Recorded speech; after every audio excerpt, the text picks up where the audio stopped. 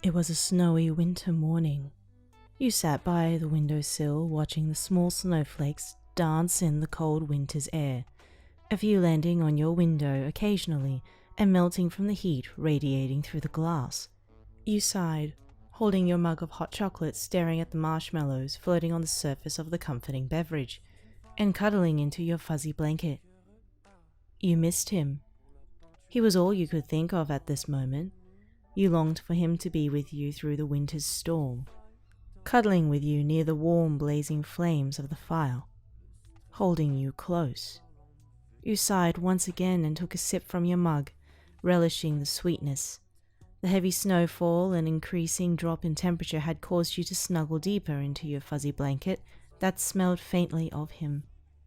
You found yourself starting to slowly melt into your thoughts, the main one being a certain positive, shark-toothed redhead who had gone to go visit some friends for the holidays. You grumbled, a bit impatient, as your last conversation between the two of you echoed in your mind. So, I'm gonna go see them for a bit, alright? Kirishima said with a shining smile. Oh, are you sure?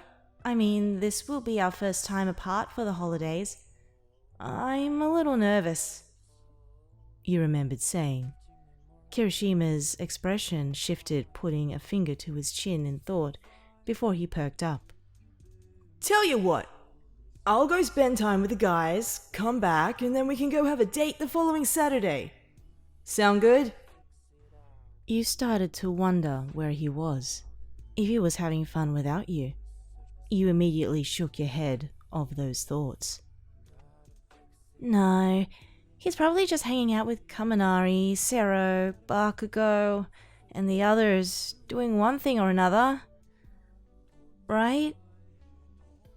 You sighed as you stood up, not even minding to unwrap yourself from the blanket as you absent-mindedly set your now empty mug of cocoa on the edge of the counter in your dorm. You silently returned back to your spot on your small couch. Your mind suddenly drifted off, back to the conversation you had with him once again. Yeah, just come back soon, okay? I love you too much, and I hate it when you're away, you had said, wrapping your arms around him, bringing Kirishima into a hug. You nuzzled into him. You remembered his quiet response with a whisper. I know. I'll be back soon. You flinched as the words rang in your ears. Ah, why do you have to be so goddamn cute, Kiri? You sighed, sitting on the couch. You resumed, staring at the blazing flames in the fireplace, the sparks flying and fizzling out. You felt the sadness sink in, thinking about how much fun he must be having as you leaned into the couch, tears pricking at the corners of your eyes.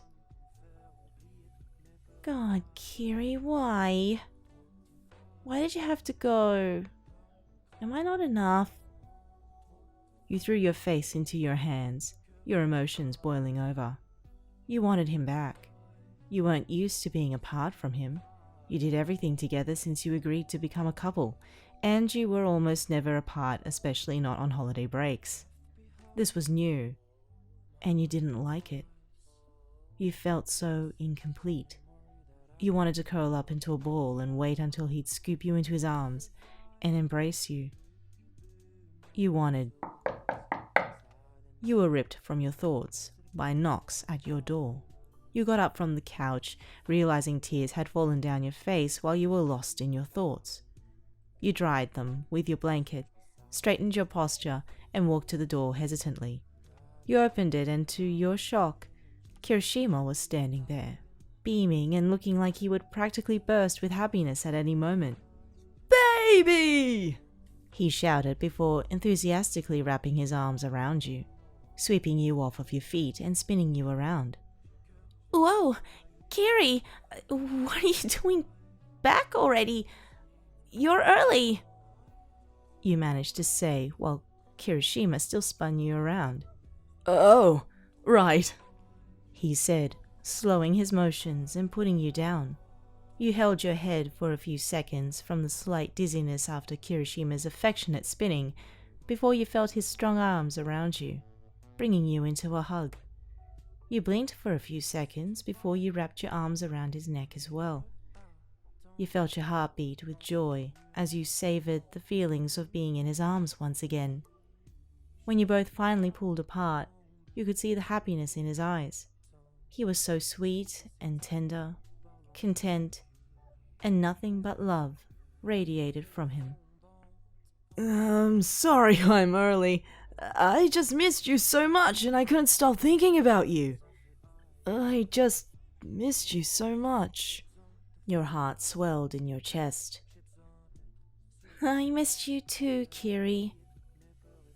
I missed you so much, you rang cheerfully before you wrapped your arms around his neck again, pressing your foreheads together affectionately. He put his hands on your waist, holding you close. And that's not all. You pulled away and tilted your head slightly in confusion. I also wanted to give you this. Kirishima leaned forward, brushing his lips against yours.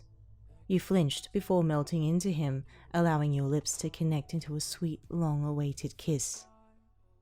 A few minutes passed before you finally broke apart, staring contently into each other's eyes. It was worth the wait.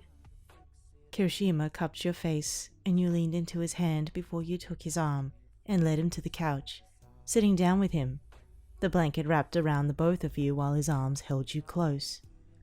You snuggled into his chest, hearing his heartbeat, and felt him plant a kiss on your head with a smile. You felt yourself relax in his warmth. The feeling of just being with him engulfed you, and you nuzzled him lightly before asking softly, Kiri, are you gonna leave me again? You felt him shift before he pulled you away from him to gaze into your eyes for a moment. He smirked. Never again. And if I do, I don't want to think about that. I just want to think about you and the cuddles I want right now, he said happily before holding you close in his arms once again. You both drifted to sleep by the fire on this cold winter's day.